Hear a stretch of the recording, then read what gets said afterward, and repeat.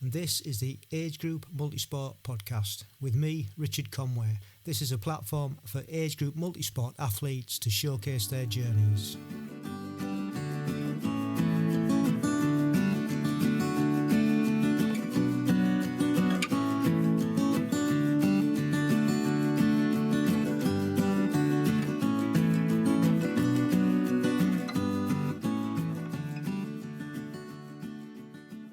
Welcome to episode 66 of the Age Group Multisport podcast, and thank you once again for taking your time out to listen. And whatever you're doing, walking the dog, turboing, jogging, running, thanks for listening. Hope you enjoy this one, and hope you're all good. And by now, I imagine that you've started training again. You might have even started planning your year ahead and what races that you're going to choose to race. I know that's one of the things that we're looking at this month in January. I've been looking at events, and to be honest, I can't believe the prices. So expensive. So really got to be careful about what we're going to partake in, as there's two of us as well that do this madness. And I was looking at the new triathlon up in Sunderland that they've moved from Leeds, one of the World Series, but it's 99 quid for a standard, and it would have been nice to do it because it's the first one up there and Kate's got family up there, but I just can't bring myself to pay that much, so we'll have a little think about that, but I really can't see that that's going to happen. And then I started looking at the super sprint. I thought, that looks quite good fun. Having a go at a super sprint. And there was 3 qualifiers for that. But again, they're like 60 quid. And to be fair, you're not really getting value for money because the races will be over before you even blink. Not that I'm that fast. I'm not saying that, but you know what I mean? It's like, it's all about value for money. And I know these things cost money to put on. And putting these events on isn't cheap, but still it's just like, yeah. So I think we'll be looking at maybe 1 or 2 qualifiers, and then it'll be local stuff, I guess. Support local, usually quite a bit cheaper. Yeah, because it's just, I don't know. It's tough times, isn't it? And you've just got to be a bit more frugal, I think, with what's going on. Anyway, so once again, thank you for taking your time out and having a listen. On this episode, we've got a British triathlete who lives abroad. She's all the way over there in Australia, in Perth. And technology, as marvellous as it is, allowed us to connect. And without too much of a time delay, we had a great conversation and a great chat. So on this episode, we bring you Alison Smith. Like I say, she's living over there at the moment. She's been over in Australia for 5 years, but she's about to come home. So we get into what life is like as an expat over in Australia and what life's like training for multi-sport events over there. And we also get into obviously the usual background, what Alison was doing growing up as a kid, and why she's coming home and what she's going to do when she gets back. So that's all pretty different. We're all here shivering away in the winter, and she's over there in the Australian summer, and I'm thinking when I'm interviewing her, why? But it all becomes clear, and everything's not black and white. So yeah, she goes on to tell us her future plans and what she'd like to do, and then the usual quick-fire questions at the end. So I hope you enjoy that one. That's coming up. It was nice to see a couple of our former guests have become British Triathlon ambassadors, and Yanni Christodoulou, who's been on the podcast a couple of times. He and Megan Powell, who's also been on the podcast, have been accepted to become, like I said, British Triathlon ambassadors. So look out for their names. I'm sure you'll be hearing more about them in the next few months. So congratulations, guys. And also British Tri have appointed a head of equality and diversity and inclusion. And that's Annie Martin. And it's great to see, in my opinion, British Tri moving in a positive direction where this area is concerned. But what was sad and very disappointing to me and a few others was the response that this announcement got on the Facebook page.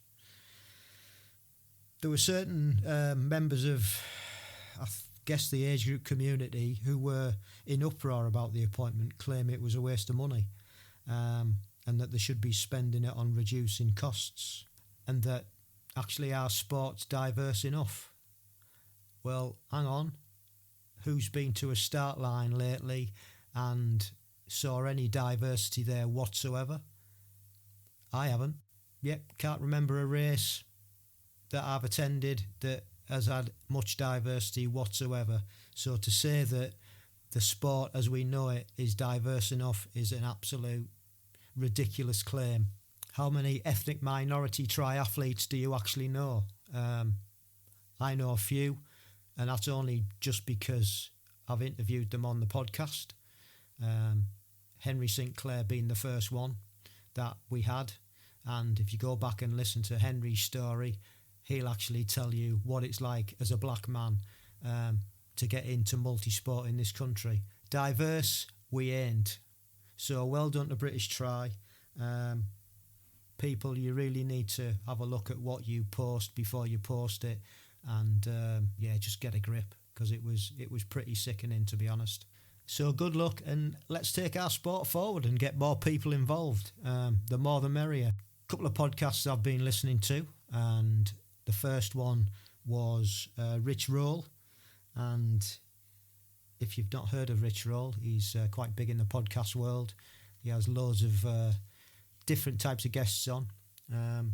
But from a multi-sport background, he had Christian Blumenthal and Gustav Eden's coach on, Olav Alexander. Olav pretty much goes into the protocol of testing and performance that's achieving these results that the Norwegians are getting at the moment. And it's a pretty good listen, to be honest.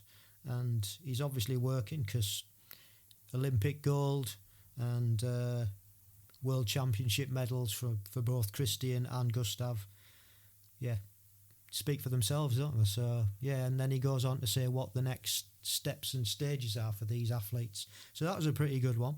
The second podcast worth a listen is a podcast by the Happy Pair podcast, and it's all about the science behind cold and hot exposure, featuring Susanna Soberg, and she leans into the discomfort of plunging into cold water or sweating in a hot sauna, and the benefits that both those extreme conditions have.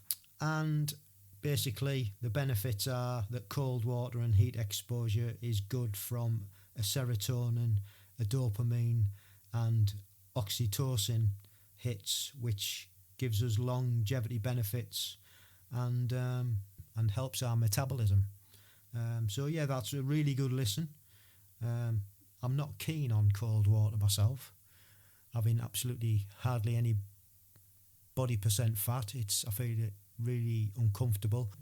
But having the use of a sauna and a steam room, I do go out after a period of time and get under a cold shower and for 30 seconds to a minute, and that's about as much as I can tolerate.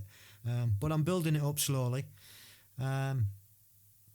because I believe, it's scientifically proven that they do have benefits. So, and the sauna especially it really helps after a hard workout, relax the muscles and on recovery. So that's another reason. And I guess cold water's the same.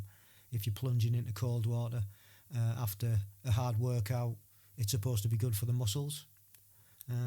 So that was a really good podcast to listen to. So if you other than our podcast, obviously, if you want to listen to a couple of good ones in the next couple of weeks, they're out there. You can find them on Spotify. And that's about it for now. I think it's time for the main event, and hope you enjoyed this interview with Alison. It was really nice to hear her story. And hello. Good morning. How are we? Oh, good afternoon to yourself. You're in Perth, is that right? I'm in Perth, sunny Perth. It was 31 degrees today. Wow. Yeah, it's about -5 here. I've heard. I've heard. I don't know if I envy you or not. I quite like the idea of running with a woolly hat on and gloves and, all the rest of it. But it soon wears a bit thin. Yeah. Yeah. Especially when everywhere's icy and you just don't want to go out because you don't want to slip over and hurt anything. So then you start turboing and training on the treadmill, and it's I think you've got it better over there, to be fair. Yeah. For training, it is, right now is probably the best time of year. By January, February, it does get really hot, and you have to get out and do your runs at 5 a.m. Otherwise, it's just you just can't do it. I remember we were over in the Gold Coast at the 2018 at the Worlds. Yes, and just couldn't I couldn't get my head round why people were up so early, like you've just said, at that time of the morning, and it's like that's exactly why. And and the more time you spend out there, the more you understand the different style of living and what you've got to do. And you adapt. You adapt. The coffee shops are open at 6 a.m. here, and they close at 2. Yeah. So, how long have you been over there, Alison? Been here 4 years. Right. 4 years, and I'm coming back to the cold next May. So I believe. So, what took you over there in the first place? My partner's job. Right. Okay. Yeah. And have you enjoyed it? Yes and no. COVID's put a spanner in the works completely, because we were locked down here. We couldn't leave for 2 years. No. My son was over there working.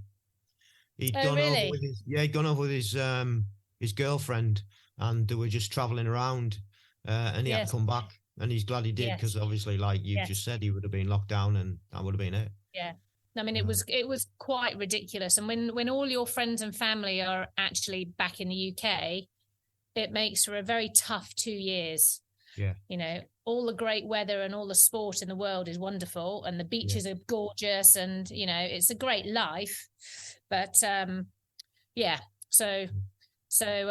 we sort of said 5 years we'd see how we go for 5 years, and then make a decision, and home is calling. Right. So what's that? Why is that then? Time's just the contract. His contract's run out. Okay. 5 years. Yeah. And we always said at 5 years we'd, work it out. We'd decide. Yeah. And parents aren't getting any younger. True. And I actually miss a lot of the life back in the UK and my friends and the triathlon life as well. Yeah. So it's time to come back. It's just time. It's home. Isn't it? It's just strange, isn't it? Because you've got what everybody would say is like the perfect sort of weather and lifestyle and stuff. Yet, because of what we're used to over here, you miss it. Yeah. And we're a bit bored. So, there we are. So back to old Blighty next year. So where is home when you come home? So that's in Surrey. No, it's not. Right. It's in Hertfordshire. Hertfordshire. Don't go back to the wrong place. It's in Hertfordshire. So I'm coming back at the end of May, ready for Madrid for the Europeans in the beginning of June. And what distance would that be? Sprint. I just do sprints. Yeah. Same. Tried the long stuff. Yeah. We'll get into that. Yes. Well, the usual swimming pool, triathlon, sprints, local leisure centre. And so I sort of did that, and I still wasn't sure. I just, messed around, and I joined, actually, the gym I was a member of had a PT who took swimming lessons, running lessons, and bike sessions, and encouraged me and my partner at the time to do the triathlons, and so that's where we started. It was a bit of fun, really. Yeah. And just didn't do much, just did one or two. And then probably in my 30s, early 30s, I gave up that and started rowing. Okay. And I got in a boat with some girls and this was 2003. And we rowed Coxless lightweight fours, and we did really well. We won gold at Women's Henley. We won gold at the National Championships in 2005. And then in 2006, I got silver. And then all my mates, then they all went off and had babies and families. So that all fell apart as well. And then the partner, Toby, who I'm with now, I met him and he was into triathlon. So I thought, I'll go back to that because you don't have to rely on anyone. Right, you can do your training in your own time. You don't need a crew. You're not tied. You're not tied to any schedule at all. So we did a few. What did we do? We did a couple of sprints. The first open water was Blenheim, I listened to your talk with Karina. Yes. And I think hers was Blenheim as well. And as I was listening to her, I thought, I know exactly how you felt. I hated every single minute of it. That swim. In the first open water swim, just was like, what the hell am I doing? This is awful. And I did breaststroke the whole way. Yeah. But the other thing in that race, I recall, the other thing that annoyed me was on the bike, people getting off and pushing up the hill. It's like, what are you doing? It's a race. So yeah. That's the first underlying competitive streak that's come out then, isn't it? Yeah, absolutely right. So after the rowing, I think the rowing sort of ignited the competitiveness and the team spirit as well, which I really enjoyed with the rowing. Yeah. And then that sort of came out with that Blenheim triathlon where I was so frustrated at people pushing their bikes. It was bonkers. And so I just dabbled. I still dabbled. Did sprints. Went from a sprint to 70.3. Came last in the first sort of half Ironman that I did, I think. Did a couple of those and got into the habit of just sort of using some of the Middle Eastern 70.3s to train through to sort of December. So we went to Dubai, we went to Bahrain and did some sort of almost winter 70.3s. And this was still, must have been 10 years ago now, 10, 12 years ago. So still dabbling, playing, having a bit of fun, doing some training just because I enjoyed the training. Yeah. And then I must have done I can't remember now. I must have done a couple of races and thought, I'm not too bad at this. I'm actually quite competitive. I wonder what would happen if I tried, if I was more sensible and clever with my training. Rather than just going in a pool and swimming up and down, not actually focusing on anything. So I got a coach. Right. So that was, I got a coach, and this must have been 2017, because I qualified that year for the Gold Coast and for Glasgow Europeans. So I got coached January 2017. I qualified later that year, I must have done, and then raced the following year. And then that was that. I was hooked, hooked from there. How did you find out about age group then? So I'm a triathlon coach as well. So I was on the BTF level 2 course. Right, okay. And one of the other coaches was talking about it. Yeah. And I remember listening going, that sounds way out of my league, absolutely way out of my league. And this would have been 2011. And he was like, no, just, it's not that bad. Honestly, you just gotta do this and that. And, just give it a go. So that's when I thought, maybe a little seed was planted. And then when I got my coach, I learned much more about, how it all works, how you qualify, what you need to do, how to race better, really. Sure. And train smarter and train better. Yeah. So going back to you being a coach and starting off, what instigated starting off that path? I gave up gainful employment in something I decided I didn't enjoy very much. I'd done it for 20 years and did my personal training qualification. So again, this was about 2010, 2011. Did my PT qualification. And from there, because I was interested in triathlon and enjoyed it, I thought it would be another string to my bow. You know, it sort of goes hand in hand. And yeah, so that's what led to that. And then I've just done, you know, over time you do more and more courses and qualifications and things added to it. And actually what I found, having done that course, the best thing is coaching beginners. I love giving people that, you know, inspiring people to do something way out of their comfort zone that they really don't think they will ever be able to do.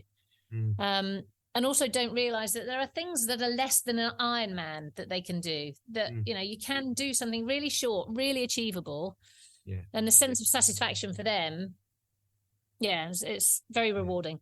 Yeah, I think you're right. I think watching somebody grow and progress is like so fulfilling, isn't it? And I think on that, you know, less than an Ironman, everybody starts out somewhere, but you just watch it. Even when you're in clubs and things, you watch people progressing and they always think that they've got to go long because that's the norm. Everybody's trying to achieve the Ironman distance. Yes. I mean, I've never done an Ironman, never done a 70.3, not interested at the moment, not sure whether I ever will, I won't, but it's like, and then you looked at a bit strange. Well, why don't you want to go for that? Well, why don't you want to do a proper triathlon? You're not a proper triathlete then, are you? It's like, no. Whatever. Exactly. Sorry, go on. I was going to say, I've had many comments from people over here. So do you do a full triathlon? And I'm like, well, yes, I swim and I bike and I run. I just do a short one. Is that a full one? It's, yeah. I actually, on that, just last thing on that, I do remember doing a race here. It was a couple of years ago, and the race director, it was a sprint, and the race director actually said in his briefing, so this is a sprint and you can build up to an Ironman, and because this is just a beginner's race. I could have throttled him. Well, I was just going to interject and say that we have a running joke through our club that people just say, well, it's only a sprint. Yes. No. So I got a hat made with "it's only a sprint" on it, and I wear that quite a lot. Because you know, it's all relative, isn't it? Because it's just intensity's different. You know, come and race a sprint flat out and see how you feel after it, and then go and do the longer distance and see how you feel after that. It's the same. Yeah, you're knackered. You put as much in it as you know, it doesn't really matter. Yeah. So I've no interest in doing anything longer anymore. I did qualify for the Gold Coast in standard, but only literally by the skin of my teeth because there weren't many people going to make up the numbers. I wasn't competitive in it at all. So I quite like being competitive. So don't want to do that. That's fair enough. Just going back on the Gold Coast, that was the same. I just qualified the skin of my teeth. But what an event, what an occasion. It was just absolutely it was. fantastic. It really was. I was listening to your chat with Nikki Dick. And that event, it was the first time I met Nikki Dick, and we actually shared a room together. Right. Because I could only get a room. The only room I could get was two rooms and 2 bathrooms. It was the only thing I could get. And I booked it and thought, that's fine, just suck it up. And then she put a note out saying, has anyone got a spare room? So I let her, she shared the cost and shared my room. So I had a great time with Nikki Dick. Yeah, and I think the age group's great for that, isn't it? Yes. Yeah, it's such a, I don't know, welcoming, all-inclusive. You say all-inclusive. I mean, there's a bit of a price issue. Price issue and diversity issue as well, I think. Yeah. Yes, there is a little bit. But once you're in it, nobody cares. Everybody's the same. And what gets me is the energy the energy with everybody at those races is just, I don't know, it's electric, isn't it? It's I mean, it's for like a bunch, for a bunch of amateurs, we put our heart and soul in. You know, I always say I was talking last night. We had our club Christmas party, and it's a lifestyle. You know, it's just that's who we are. Yes. Yeah. And I was thinking about your podcast actually. How, you know, what a great idea to get amateurs talking as if they're pros. Yeah. I mean, when do you ever get the chance to talk about yourself and your sport? Exactly. Most people aren't interested. Yeah, and well deserved as well. I mean, there's a few things, and I've said this before. I come up with the idea in lockdown. Did you? I floated it to my son, who's a graphic designer and into computers and things, and listens to podcasts, and said, "What do you think?" He said, "Well, I didn't know anything about podcasting or how to put one together." And I thought, well, I'll give it a go. If nobody listens, it doesn't really matter. But it's just like giving, and I've met so many wonderful people everybody's got a fantastic story. When I put out a message asking for more guests to come on, they say, oh, well, I don't know whether my story is going to be interesting enough. Believe you and me, you're inspiring people just by telling what you've actually done, going from like in your case, not interested in sport whatsoever, to becoming actually an age group athlete plus a coach. You know, it's just like, who would have thought of that path? You know what I mean? It's just so nice for other people to come, and like my wife often gets stopped and says, oh, I was listening to your husband's podcast the other day, and she's like, oh, right, okay, you better give them a shout out, because you know. And it's really, really fulfilling for me, and it's a bit, for me, it's giving back to our sport, and giving people like yourself a chance to share. So really cool. Really glad I started it. So anyway, back to your journey. We digress. Yeah, it's all right. And then where was I? I don't know. Gold Coast. Yes. Yeah. So qualified for the Gold Coast and Glasgow, and actually it was a funny story, the Gold Coast, because that year was the year we came out to Australia. Right, and in my head, I was like, oh, perfect. We've just moved to Perth. I've got my qualification. I'll just have a quick flight across the country to race and come back. Except our move out to Perth got delayed by about a month. So I went to the Gold Coast for 2 weeks and a bit, came back to the UK for about 3 weeks, and then moved out to Perth. Bit silly, but never mind. Best laid plans. And so I've been stuck here ever since. And literally, so I was back in the UK June the following year, and I qualified. I can't remember how I did it, but I qualified for Edmonton. Would it have been Edmonton? Do you know? Lost 2 years of our lives, haven't we, with COVID? I've no idea what date's what. Yeah.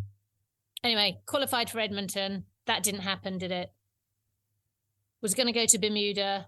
Was all ready. Managed to get back to the UK. We managed to escape the country because we're in lockdown. We had to get permission from the government to leave the country. Got to the UK to fly to Bermuda. That didn't happen either. Yeah.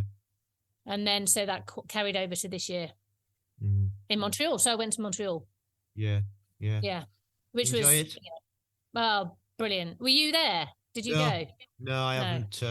I didn't qualify for any triathlons last year. It was good. It was so good just because it hadn't, it was like a reunion, wasn't it? It was the first one back and everyone went mental. We did the super sprint relays. They were a lot of fun. And like Yanis, I caught COVID over there as well. I brought COVID back to the UK. Oh dear. I think I must have raced with it on both days without realising. So there we go. That was that. But no, I had a lot of fun. And then did Woodhorn qualify this year? So I qualified for the Europeans next year. I was just going to ask you, how do you, when you were out in Australia, how do you go about qualifying? Have you literally got to come back to the UK? Yeah, you have. You can't race over there and put in a time.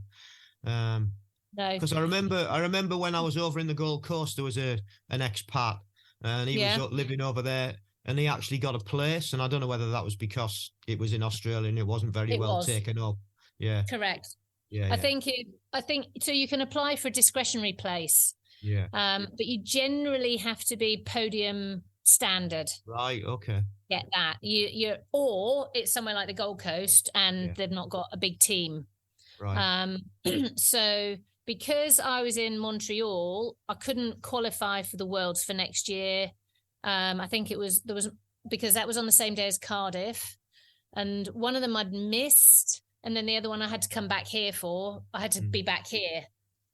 So I made all my excuses. I've applied for a discretionary place for next year's Worlds, and I'm just keeping my fingers crossed because I was 11th in my age group in the Worlds this year, 10th in the Europeans, 3rd Brit. So I did all right. Does that not give you an automatic place then, 3rd Brit? For the Europeans, it does. Oh, right, just Europeans. I thought, I was the 4th Brit in the Worlds and 11th, so I was almost there. Almost there. So I've asked because I think, I'm not a lame donkey, so I should be. I might be lucky. Yeah. Well, fingers crossed for you. Yeah, so that'll be next year. That'll be fun. Hopefully. Where's that taking place again? Because I've lost track. Yeah, so the Europeans are Madrid, the Worlds are Hamburg. Hamburg, that's right. Yeah. Beginning of July, I think. Yeah. So So we'll see. Yeah. So are you coached at the moment? Do you coach yourself? Are you in a club over there? Bit of all of the above. So when I came over here, I kept my coach for a little while, and then I sort of said, it's a bit difficult. We're on the other side of the world. I'll do my own thing for a bit. And because I was a coach, I actually said to my coach, look, I'll coach myself, and would you mind overseeing it? Because it'd be great learning for me to get your input, but at least I know what the situation. And I had joined a club, so I'm a member. I'm actually a member of an Australian and an English club. Okay. So I'm a member of Hillingdon, and a member of a club here, UWA. Right. So I self-coached for a while. Yeah. And then I realized I needed accountability. And I think, you can self-coach and you can follow programs and what have you. But for me, I needed accountability. I needed someone to look at what I was doing and feedback and just make me do the best that I can do. Because I think I found when I was doing my own thing, I'd choose slightly easier workouts that I know I can do because, sometimes you don't have the confidence that you can do that really hard session, so you don't do it. And I found having a coach just would put those really tough sessions in, and I'd look at it and go, oh, hell, how am I going to do that? But because they're there and they're expecting you to do it, you get on with it. Yeah. You do it to the best you can, right? So I used the club coach here for a while, and now I've just got another new coach ready to one of the age group team managers actually, ready for coming back to the UK to get me through the next 3 years, maybe, if it all works out. Cool. And the clubs are good. Club environment here is very different to in the UK actually. So Perth's not big; it's a small place, but there must be 15 triathlon clubs. I mean, it's like the size of Milton Keynes. Okay. And there's so many triathlon clubs, and you pay membership, which is not a lot, but then you have to pay for all the sessions that you do as well. Right. Yeah. So it's much more, and that can be anything from, I don't know, 20 in pounds, 25 to £100 a month, depending on how many sessions you do. But they will offer, actually that doesn't include the swim. So that offers that's 3 runs and 2 bikes. Yeah, so it can be quite expensive then. Can be quite expensive, yeah. So I choose to just go to the running track session because it's really good. Yeah. Always works you hard. Yes. Pushes you. So yeah. So, but it's a nice environment to train. Yeah. Well, at the moment it looks fab. Yeah, and you've got a beautiful garden. If you don't mind me saying so. I know it is. My other half likes his gardening. So yeah. Well, I'm a gardener, so I can appreciate that. Yeah. You can see the Agapanthe in the background. Yes, I was just noticing how good they look. Yeah, really nice. Yeah, that's the swimming pool behind it, by the way. Ah, you'll miss that then. Yeah, it's not a pool you swim in; it's a pool you cool down in. Yeah. Right. Okay. Oh well, not so bad then. No, I wouldn't miss it that much. No. Cool. So you're coming back. You're coming back in the new year. Yeah, May. And what's the plans? Plans to restart my business again, my coaching business. Yeah. Try and get new clients again, rebuild everything. Move back into the house that we already own that's rented. Yeah. So basically slot back into life, really. Yeah. And get back into work. Race in the summer. Maybe go hiking in Nepal for a couple of months in November. Nice. I don't know. Yeah. We'll see. See what happens. See what happens. Got to sell this place and sell bits and pieces and get the cat back first. Yeah. Do you want to tell us a little bit about your coaching business? You may as well let everybody know what you do and how they can reach you and what services you apply. I mean, I've only looked this morning and I went on the website and I read a couple of your blogs and stuff. So yeah. Well, bit of advertising. Well, thank you very much. So I qualified as a PT about 10 years ago, and most of my work is actually personal training on a one-to-one basis, but I sort of look at that as a strength. I sort of angle it to strength and conditioning. So very much functional strength, sporting strength. So I've got a couple of people who are triathletes that I do I work with them in the gym to make sure they're getting their core back, their stability, their balance, their sort of strength work. And then coaching as and when I can. I what I've done in the past, I've run beginners triathlon courses. Mm-hmm. So provided the coaching for groups of people, which generally tend to be women, to be honest with you, to do their first triathlon. So it might be 8 weeks and there's a swim, a bike and a run plus a training plan, but all coached to get them through a triathlon together. So it builds camaraderie. They build all the skills, all the transition skills, what you wear, what you eat, what you drink, what do you do with your shoes, wear the helmet, how to get off a bike, how to change gears, all that stuff. Yeah. And the transition sessions are always a lot of fun, actually. Especially when you've got one or two who can already do a flying mount. You're like, brilliant. Right. Yes. This is good to work with. So I run sort of ad hoc courses on that. And before I left the UK, I was doing that fairly regularly and was starting to get a good little squad of people all sort of progressing, up through. And a friend took that and ran with that whilst I've been away, which I feel I probably lost, to be honest. But so I'll probably maybe rekindle that, but also focus on one-to-one coaching and plans and using Training Peaks as everybody does. Yes. To work more on a one-to-one. But I'm also, when I go back, I've bought one of those endless pools. All right. Have you been in one? Yes, I've done some swim, web analysis. Yeah. That's what I'm going to do as well, and with do some cameras run. up and underneath and to the sides, and it's quite incredible, everything. actually.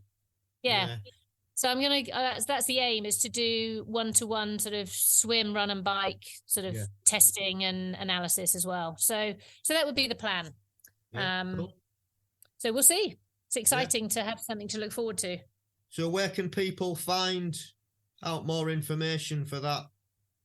Facebook, Instagram, Sunshine Health and Fitness is me. Sunshine, just say that again. Health and Fitness. Sunshine Health and Fitness. I'll put the website in the show notes. Oh yeah, thanks. That'd be nice. And people can get hold of you. Stalk me. Yeah. And your Instagram handle and your Facebook handle and stuff. So that'd be nice. That'd be good. Yeah. Always looking for new clients. Yeah. Well, good luck with it all. I hope the move goes well. And you get back safe and sound. And thank you very much. Like you've never been away. Well, except that it'll cost 3 times as much to actually eat and keep myself warm, I think. Yeah, that's I don't know what's the country's gone a bit bonkers. It's not hasn't great. it? It's not great. But you just adapt, I guess.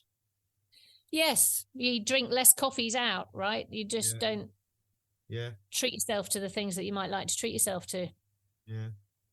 Yeah, it's not the best of times, but we just carry on regardless and get through it. Hopefully there'll be some light at the end of the tunnel and things will go back to, some sort of... Yeah. I'm not going to say normality because I think that's long gone. It went out to the window 2 years ago, didn't it? I think so, yeah. Yeah, it did. Have you got anything else that you'd like to add before we go on to the quick fire questions? No, I don't think so. I think I've talked enough about me. You don't really talk about yourself very often, do you? You don't get the chance to talk about yourself. Exactly, and that's another reason why it's so nice. I also think it's nice for as a legacy for everybody who's gone on now. They've got this podcast that they can redirect people to, and just if you don't really like talking about yourself, just go and listen to that podcast. Yeah, that's me. That's what I've done. Yeah, your families, they've got a legacy now of actually who was this person. Because you never remember your families. Who's this person? Actually, go and listen to the podcast back in 2022. She was on a podcast. She was famous. Famous for 15 minutes. Yeah, brilliant. Yeah, exactly. No, I don't think anything. Okay, cool. Right, so the quick fire questions that I always ask: what's your favourite bit of kit and why? Yeah, now I was thinking about this. It has to be this year's British Triathlon age group kit. That navy hoodie. Have you seen it? Yes. I've got that navy hoodie, which I have lived in. And it's almost not navy anymore because I have washed it and worn it. Even when I got back here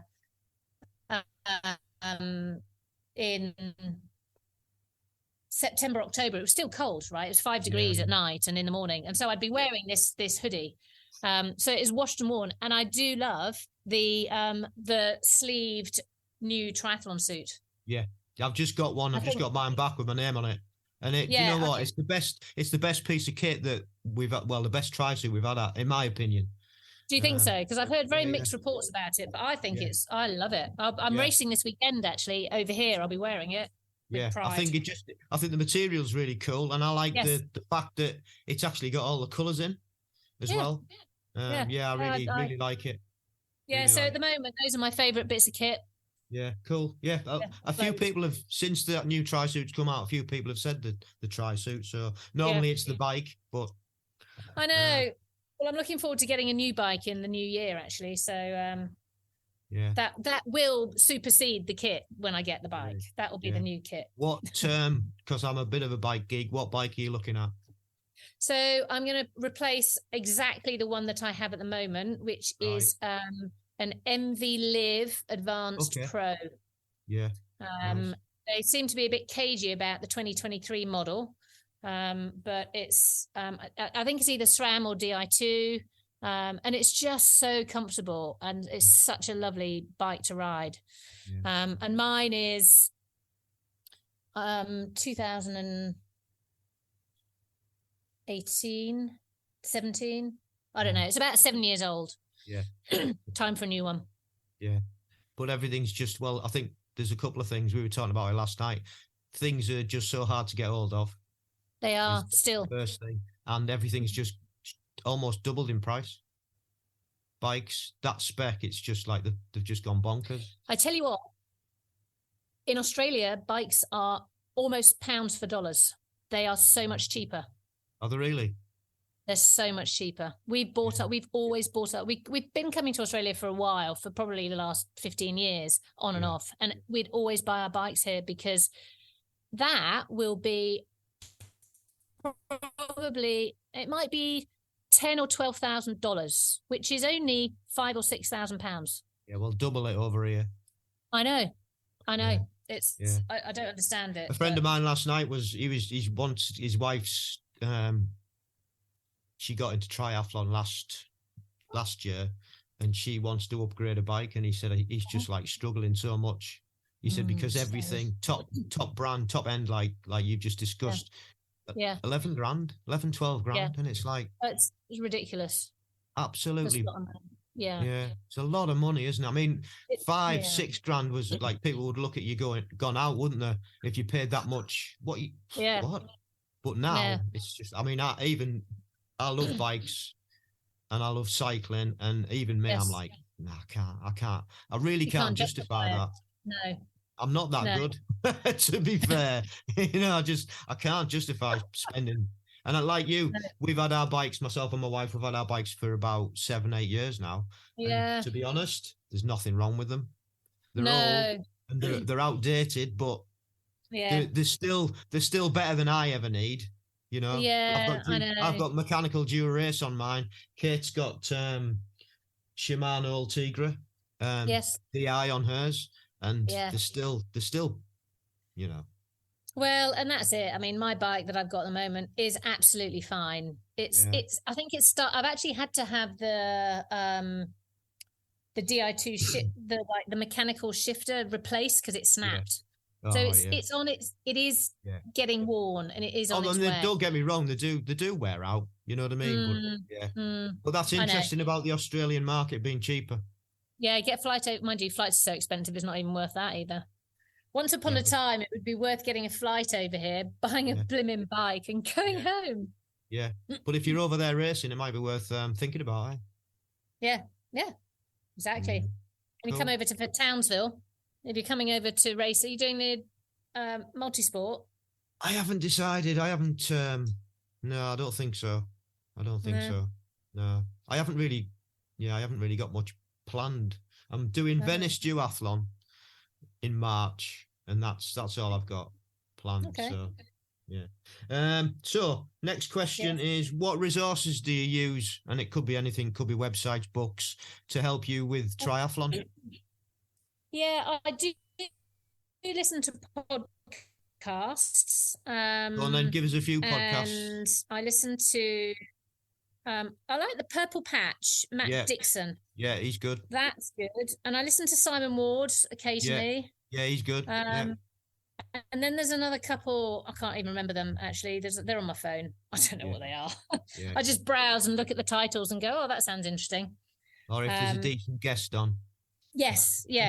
And there's, exactly. And there's one over here, it's like a performance podcast, and it's a physio over on the Gold Coast, and he's very good. He does a lot of strength and conditioning sort of stuff and gets good guests in, Stephen Seiler and all those sort of people. So, and I do like a book. I do get textbooks, actually. I've got a book I bought the Romanov Pose Methods running book, which is currently sitting on my desk, not opened. I've had it about a week, but it's there to heckle me for when I have an hour to sit and start reading. So I like to try and read, but probably podcasts mostly. I know some people look at Instagram a lot, but I lose interest with it, actually. I just too many adverts, I think, now. Just I'm sick of promoted posts all the time. There's quite a few. For strength and conditioning, it's quite good because the videos on exercises for glute strength and hip strength and mobility are good. But I find I look at them and go, oh, that's good, and then it's lost, and I don't know, I've forgotten it. So if you don't save it as well, it's like, oh, I know. I think it's a generational thing. I think so. Yeah. What help or advice would you give a newbie athlete wanting to get into multisport, or somebody who wants to qualify for age group? I think for anyone who wants to just get into it, I would just say have a go. Just don't be scared about kit. Doesn't matter what bike you do. Just choose a local race that's short and fun, and just do it. I mean, you might want to practice a bit of swimming, biking and running beforehand, but do that and enter it and have fun. And in age group, I think I'd suggest that they try a few races that are qualifying races to start with and see how they are and make a measure of, their level and their standard and then I mean, go from there. I mean, you might be lucky. You might get a roll down place. You might surprise yourself. I certainly still don't think I'm good enough, you know, and wonder about if I'll qualify again. And we all have doubts and low expectations, perhaps. Not all of us. Some of us do. But just try it. Yeah. You might surprise yourself. Yeah, 100%. I think there are ways you can do it like you've just said, go out and race, or you can look at your times versus the people's times that have already or have raced previously and gauge yourself against those. And I always find it's also depending on where you race and who's at the races, what type of course it is, you know, all those things you've got to factor in, I guess. They're all different. And if you're smart, excuse me, if you're smart, you know, it can pay off. Well, that's right. I mean, I did the Woodhorn qualify this summer, and you know, I was first in my age group by about 2 minutes. But I'm not top of the league. You know, there's people who are a lot faster than me, and it's just luck of the draw. Yeah. Just absolute luck of the draw. Who turns up on the day? Yeah, that's a big thing. Of course. Yeah, it really is. And luckily, not many turned up on that day. Yeah. So, and I think it's something that, you know, people should bear in mind and, you know, and really be aware of, because I don't think a lot of people are actually. Well, and I think that's where clubs come in, doesn't it? Clubs and coaches, that's where you pick people's brains, talk to people who've done it. Yeah. And I suppose that's the other advice. If you're thinking of qualifying, talk to someone who's done it, because it's a bit of a minefield how you qualify. Yeah. And all those little nuances about choosing the right race, they can be very helpful. Yeah, definitely. And for sprint, you know, what do I work on? Well, it's quite handy to get a good transition. So I think talk to people who've done it. Yeah, cool. Yeah. And finally, what's your your short and long term goals? Short term, I'm racing on Sunday. Right. Okay. So tell us more. Full race season here, of course, because it's the summer. Of course. So actually, I'm racing. It's a local race in Western Australia, but it is one of the races. So here in Australia, if you want to do age group and qualify for the Australian team, I think it's a point system. So you race certain races, and this is the one in Western Australia that is a point-related race to get you into the team. And I think I think you get certain points for position, and then you can do other races and get more points. And anyway, it's one of those races. So it should be fairly competitive. Sure. Not that I'm feeling on top form at the moment, and it's going to be about 28 degrees. So it could be a bit hot. Yeah. So that's a short-term goal, and probably do some more races over the summer. And actually here they do a lot of open water events. So I'll probably try and do a few of those whilst I can, because it's great for just building confidence in the water. Yeah. And then long term, I'm 55 in 2 years. So next year when I qualify, I'll be going up an age group. So that's the aim, is to qualify in 23 for 24 when I will be 55, and try and do well enough to get a 1, 2, or 3 position. Yeah, podium. Who knows? Yeah. Well, good luck. I need it. You don't. I'm sure you don't. I'm sure you'll smash it. What is out of the 3, swim, bike, and run? What's your favourite? Favourite is the bike, but it's not my fastest. Right.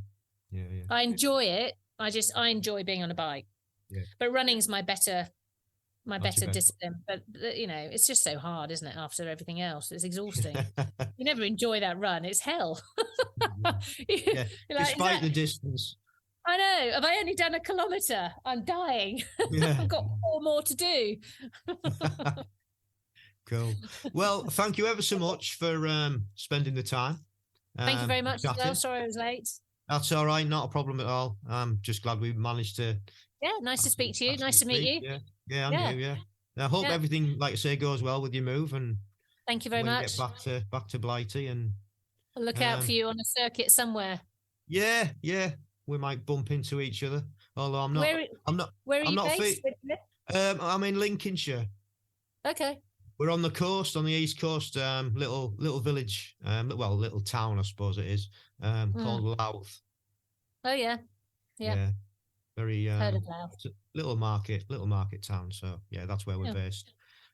Lots of ocean swimming. I've tried a few times, and it's just that. Well, it's not the best. It's not like you've got over there. It's it's a bit grim, to be honest. And that's not just from a temperature point of view either. Oh, really? Yeah. So I'll try and open water. I don't mind. We've got some nice facilities around for open water. Yeah. I don't know. Have you heard of Adam Walker? No. He did the 7 ocean swims. Oh, right. No, I haven't. Well, he opened a facility not too far away, about 25 minutes from us. It was an old goat farm, apparently. And he bought it, converted it, dug out a big lake and stuff. So that's a really good place to go swimming. Yeah, so that's pretty cool. And he's a pretty cool guy. Oh, really? Yeah. So there's open waters generally in lakes and things. Yeah, okay. Yeah. But So like I say, thank you ever so much for coming on. It's been lovely to meet you. Thank you as well. Yeah. And likewise. Enjoy the rest of your evening. I will. It might be wine o'clock. Oh, very nice. Cool. All right. Great story. Thanks for coming on. Yeah, and, cheers. Hopefully we'll see you soon. Yeah, thanks a lot. Take care. Bye-bye. Bye. Well, that was a really nice chat. It was great to find out that the grass isn't always greener and people do actually miss home. And we've got a lot to be thankful for over in this country. Despite the weather at the moment. But the weather's only temporary. So good luck, Alison, with your move home and everything. And hope it all goes well. If you'd like to follow Alison, she is on Instagram under Sunshine Tri Coach. And if you would like to find out what services that she will offer when she comes back, you can find her on www.sunshine-hf.com.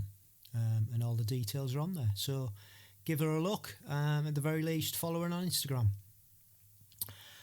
And that's about it for this episode. Thank you once again for taking your time out, like I said earlier, and following us. If you could leave us a rating, that would be great. You can do that now, both on Apple Podcast and on Spotify, I believe. So that would be much appreciated, because that then helps us get our podcast out to more like-minded people, or so they say. So that would be good if you could do that. If you've got any comments, you can leave comments as well. Alternatively, you can send us an email at agegroupmultisportpodcast@gmail.com. We're always looking for guests to come on the show, and if you'd like to come on, drop us a DM at any of our social media locations. And we're on Instagram at amp_1967. We're on Facebook at ampgb. We're on Twitter at Age Group Multisport Podcast. And you can find all the previous podcasts on our own website, which is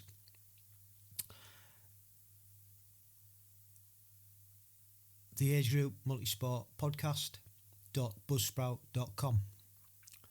And we've got a bit more stuff on YouTube. Again, like I said last time, we're not putting the full episodes on there because it's just too time consuming at the moment. But once again, thank you ever so much, and don't forget, stay safe, keep training, and love the process.